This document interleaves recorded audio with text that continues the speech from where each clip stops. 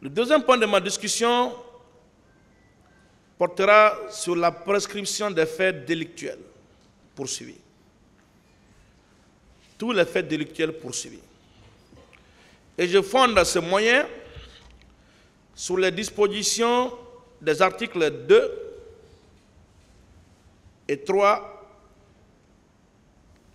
du Code de procédure pénale.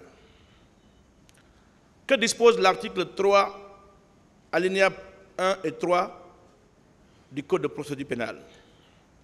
En matière de crime, l'action publique se prescrit par 10 ans à compter du jour où le crime a été commis. En matière de délit, l'action publique se prescrit au bout de 3 ans à compter du jour où le délit a été commis.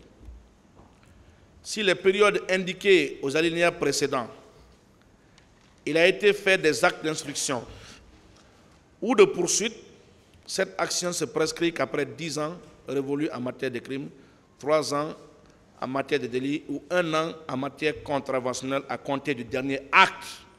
À compter du dernier acte. Dans ce dossier, le dernier acte qui a été posé à l'instruction préparatoire date du 25 juin 2019.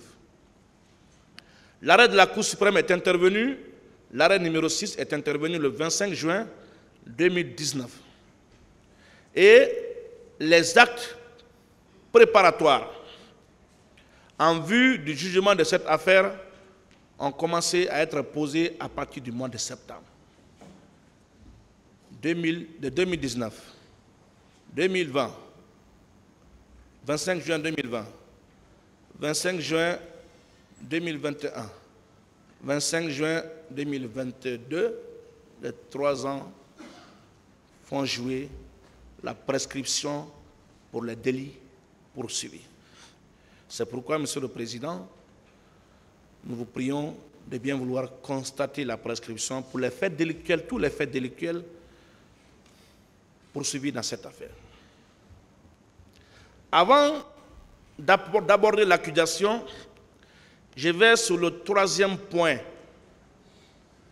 de la discussion, à l'instar de mon beau maître Almami Samori Traoré, qui a presque tout dit et bien dit, de par sa générosité intellectuelle. Il m'a pratiquement laissé aucun morceau à grignoter. Mais la répétition ayant toujours sa vertu pédagogique, je vais quand même me permettre à ma manière de revenir sur les pertinentes démonstrations qu'il a soulignées ici hier et qui ont mis KO le ministère public. Monsieur le Président, Monsieur le assesseur, honnêtement, très honnêtement, quand j'ai entendu certaines choses ici, venant des voisins d'en face et des confrères de l'autre côté, je me suis à un moment donné posé la question de savoir si nous sommes sortis des mêmes facultés de droit. Si réellement nous avons appris la même discipline juridique.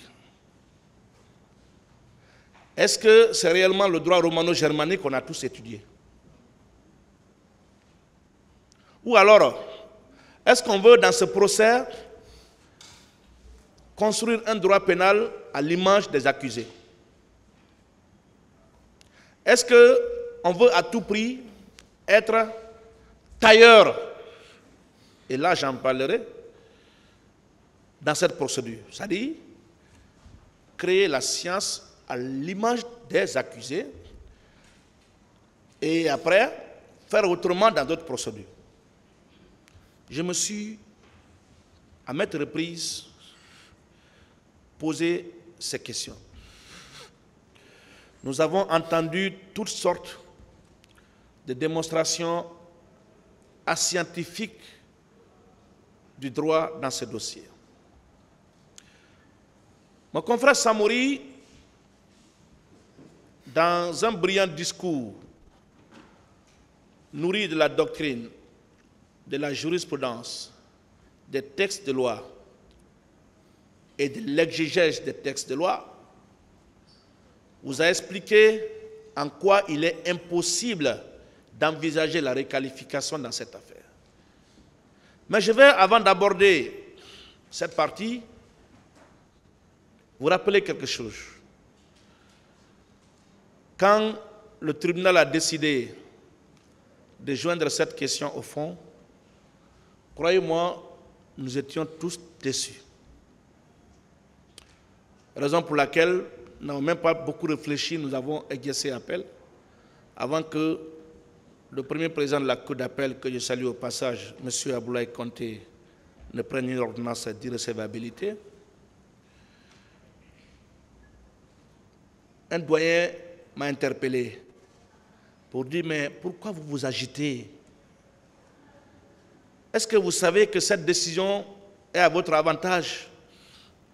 Est-ce que vous savez que le tribunal a implicitement rejeté la demande de requalification? Est-ce que vous ne savez pas que c'est par sagesse que le tribunal a décidé ainsi? Après maintes réflexions, j'ai fini par donner raison à ce doyen, à cet homme expérimenté de notre corporation. Et je vais vous en donner tout à l'heure la démonstration.